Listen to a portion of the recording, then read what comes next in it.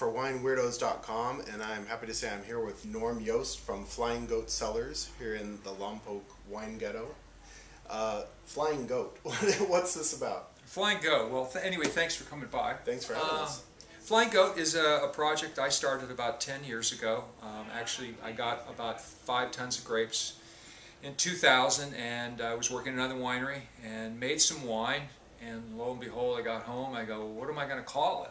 You know, being in the business 25 years, you know, it's pretty easy. You know, I could put my own name on it. I love my name, Norm Yost. I thought, well, that's, you know, it doesn't really have any cachet. Okay. And so at the time, I had pygmy goats, and they had like little dogs. They were about 30, 40 pounds. Yeah, I've seen very them. cute, and they had a goat house they used to jump off of, and so they were very loving animals. And you know, I thought, you know, let's have some fun with this. You know, tongue in cheek. Let's name the winery after the kids, since I don't have any children myself. And so the joke was, we'll name it Flying Goat, and basically to have some fun and to give kind of prod some people, because there's a lot of named Pygmy goats are the most fun you can have, I think, right. on earth. So right. that's really cool. Yeah. So it was meant to be fun. It was meant to be That's cute, awesome. and the name is very catchy, and people love the name. You know, the picture. And actually, the picture of the goat on here is actually the name. Is actually one of the goats we had. He was kind of a dark-colored goat. Cool. And he was So actually, it is part of what I am. That's and awesome. So anyway, that's really good. All right, so let's get right into the wine, because I am really ready to drink some of this delicious 2006 Pinot Noir, Santa Rita Hills, Rio Vista Vineyard. So we're talking single vineyard, single varietal Pinot Noirs. that's correct. And That's correct. mind if I pour for you? Oh, thank you. Tell me about the clone on this one. This is a blend of Dijon clones.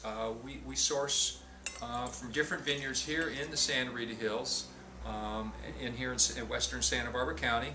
And this particular vineyard is called Rio Vista Vineyard, and we use what's called Dijon clones. They're actually clones brought over from France about 20 years ago from the Dijon region, and they were planted in Santa Barbara County in Northern California.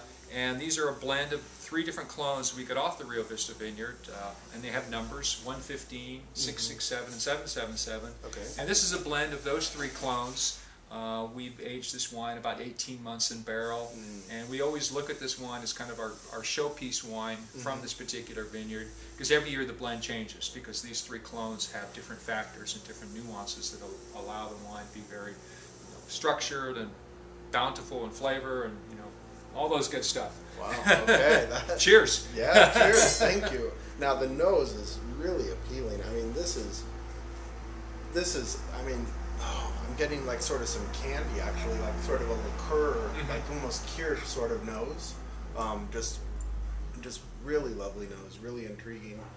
Well, like I said, the barrel aging adds a lot to this wine. We pull all these wines are made separate, so all 3 clones are fermented separately, aged separately. So 115, 667, 77 are all aged separately. Right. And then we look at these components, and we put these components together in a blend, Right. and then we go back to barrel for another 6 months. And so we kind of make the best of the best. Excellent. And so that extra aging actually allows that kind of roundness and fullness and textures and layers in the wine. So each year, maybe each vintage, maybe a different clone is shining more than another, and that'll show up in the blending. That's correct. Excellent. That's correct. So a lot of attention to detail here.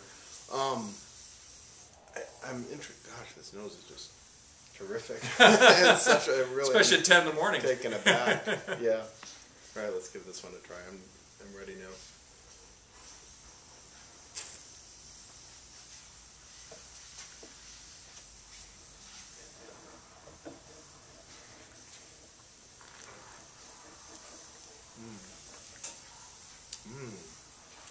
What you're probably tasting is a lot of that mid-palate fruit, which comes from the 667, which is kind of the real juicy, the kind of mid-palate, which is usually the majority component in this wine. It's really nice and tart, actually, for a Pinot, and a little bit, a little cinnamony, a little bit of spice going on.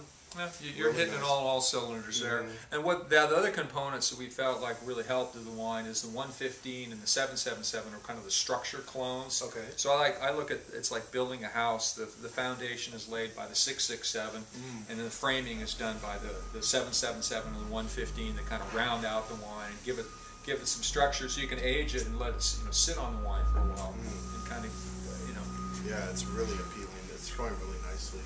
It's definitely a little. Is it young? You'd say at this point still. It's actually young. These can mature for maybe 3 to 5 years. Oh, easily. Nice. We just opened up some 2000 Pinots from our first vintage. And they're showing. They're showing great. Great. They've hit their peak. I don't see them improving. But Sure, I'll see 10 years. Yeah. Nice. Well, excellent stuff here from Flying Goat, and we'll be back with more for Wine Weirdos with Norm Yost, our special guest. We're signing out for wineweirdos.com. Cheers.